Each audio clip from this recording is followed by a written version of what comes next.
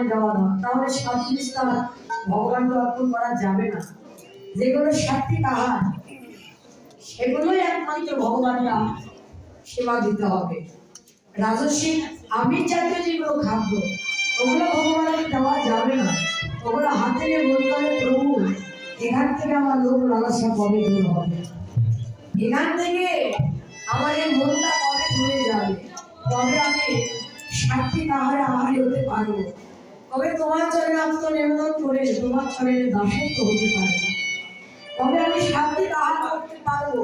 এই যে ভগবানের চরণে আত্মনিবেদন এভাবে বললে দেখবে অন্তরে যাওয়াটা যদি সঠিক হয়, একদিন না একদিন তোমার অন্তরের আশা পূর্ণ হবেই হবে। অন্তরে যাওয়াটা যদি সঠিক না হয় কোনোদিন পূর্ণ হবে না। তারপর কি বললেন? অর্চনা। ভগবানের অর্চনা করে ভগবানকে লাভ করেছিলেন কি মহারাজ পৃথু। বন্দনা, ভগবানের বন্দনা করেছিলেন কি মহামণির পৌত্র। তারপর কি বললেন? সখ্য, অর্থাৎ ভগবানকে সভারূপে লাভ করলেন ব্রজের যত সভাগণ আছেন, শ্রীরাম, সুদাম, দাম, বসুদাম, মধুমহ, সবল বলায়। আরেকজন হল মহাভারতের অর্জুন। অর্জুনও কিন্তু ভগবানকে সখারূপে জীবনে লাভ করেছিলেন। তারপর কি বললেন? যে দাস্যন, অর্থাৎ ভগবানের দাসত্ব করে ভগবানের চরণ সেবা করে ভগবানকে লাভ করেছিলেন কে? বনের পশু বীর হনুমান। ও ভগবানের দাসত্ব করে ভগবানকে লাভ করেছিলেন। তারপর কি বললেন? পদসেবন। ভগবানের পদসেবা করেছিলেন সেই সত্য যুগে নারায়ণের ঘরণী লক্ষ্মী দেবী। আত্মনিবেদন, ভগবানের চরণে আত্মনিবেদন করেছিলেন কে? দৈত্যকুলের রাজা বলিরাজা। এরাই কিন্তু ভগবানের চরণে আত্মনিবেদন করে ভগবানকে জীবনে লাভ করেছেন, ভগবানের চরণে জনমের মতো আশ্রয় পেয়ে গেছে। এই যে নববিধা ভক্তি, এই বিশ্ব জগৎ জীবকে এই নববিধা ভক্তির মধ্যে একটি ভক্তিকে আমাকে আপনাকে জীবনে বেছে নিতে হবে। একটি ভক্তিকে জীবনে বেছে নিয়ে ভগবানের সেবা, ভগবানের পূজা, ভগবানের অর্চনা, ভগবানের নাম গুণকীর্তন করতে হবে। কিন্তু যে ভক্তিটাই বেছে নিন না, সেই ভক্তির মধ্যে থাকতে হবে অন্তরে দাসত্ব ভাব। যেটাই নববিধা ভক্তির মধ্যে যে ভক্তিটাই বেছে নেন না কেন, ওই ভক্তির মধ্যে অন্তরে দাসত্ব ভাব থাকতে হবে। আর অন্তরে যদি দাসত্ব ভাব না থাকে কোনোদিন ভগবানকে জীবনে লাভ করা যাবে না। কারণ এই অনন্ত কোটি জগতের জীব সবাই হলাম আমরা দাস, তিনি হলেন আমাদের প্রভু।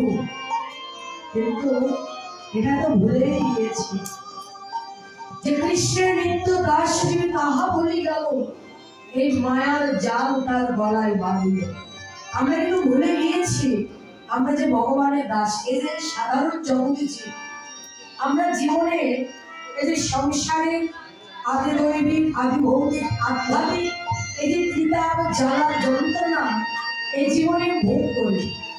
সংসারের জীবনে অনেকের অনেক রকম কষ্ট আছে, অনেকের অনেক ধরনের কষ্ট আছে, অনেকে দুঃখ করি, অনেকে কাঁদি। কিন্তু জীবনে এত দুঃখ এত কষ্ট পাওয়া একটি কারণ।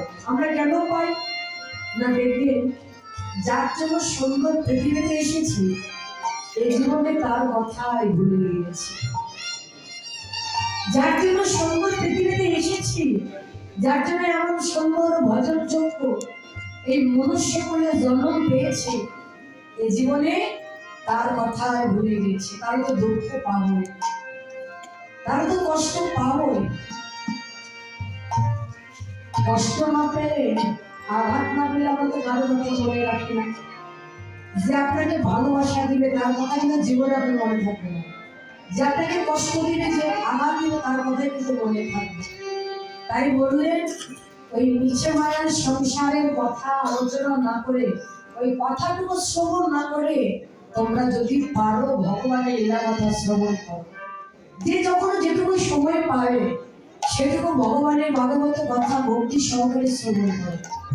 শ্রবণ করিতে করিতে এই যে রাজা পরীক্ষিত, একে অভিমন্যুর ছেলে, তিনি কিন্তু একমাত্র জানতে পেরেছিলেন যে 7 দিন পর তিনি সর্পদংশনে মারা যাবেন। রাজা পরীক্ষিত তিনি কিন্তু জানতে পেরেছেন যে 7 দিন পর তিনি সর্পদংশনে মারা যাবেন। তাই গুরুদেবের কাছে গিয়ে বলেছিলেন, গুরুদেব আমি তো 7 দিন পর সর্পদংশনে মারা যাব, আমার কর্তব্যটা কি, আমার কি করা প্রয়োজন? বলেছেন, পরীক্ষিত তুমি যখন জানতে পেরেছ যে 7 দিন পর তুমি সর্পদংশনে মারা যাবে, তুমি আর বিলম্ব করো, তুমি এখন থেকে ভগবানের লীলা কথা শ্রবণ করো, ভগবানের ভাগবত কথা শ্রবণ করো। দেখবে জানতে অজান্তে জীবনে যত পাপ করেছ সমস্ত পাপ দূরে গিয়ে হৃদয়ে কৃষ্ণ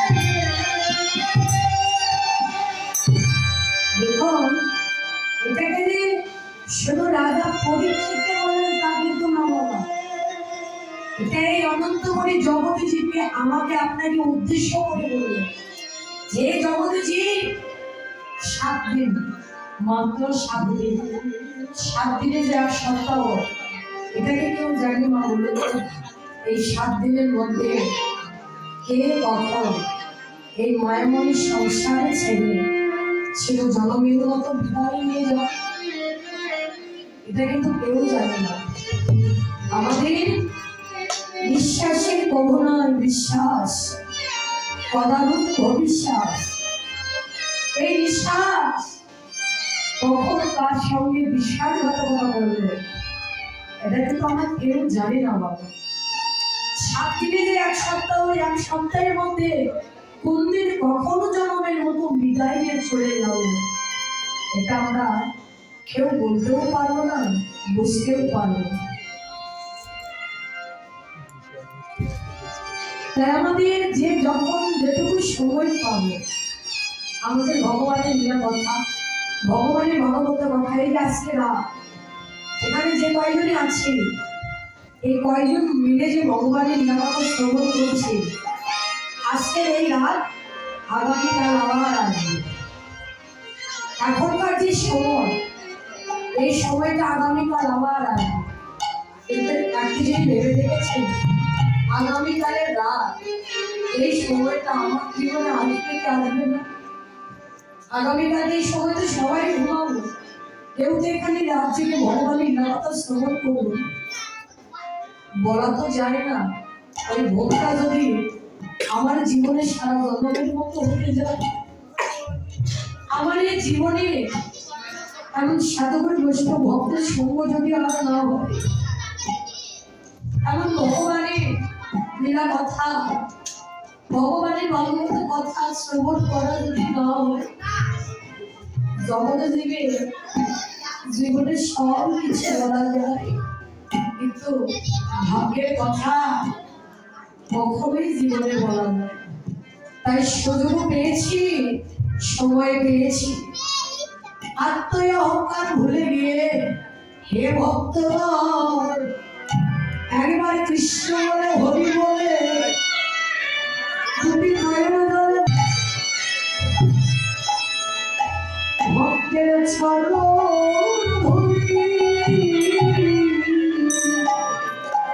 তোমরা জানতে রাখো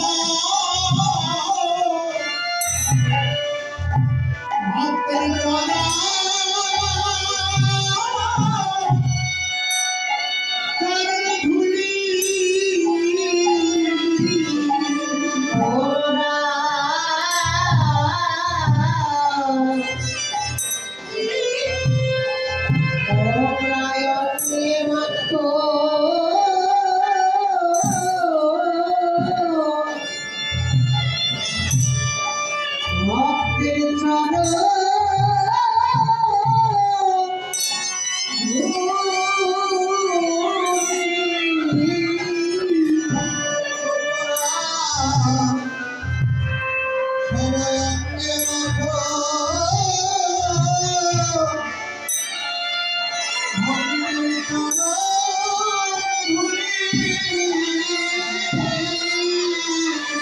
হৃদয়ে কৃষ্ণ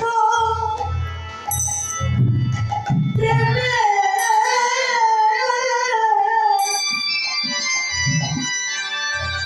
উদয় হবে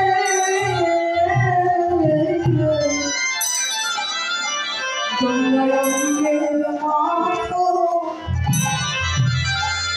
ভক্তের চরণের ধুলি Hare Krishna, Hare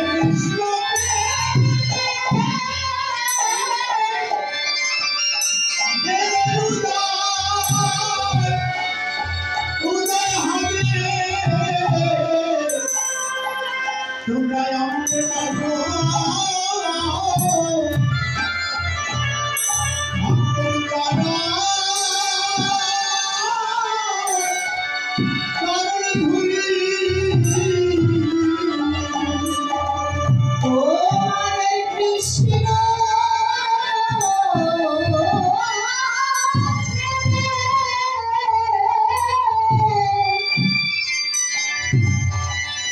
প্রেমের উদয় হবে তোমরা অন্তরে মতো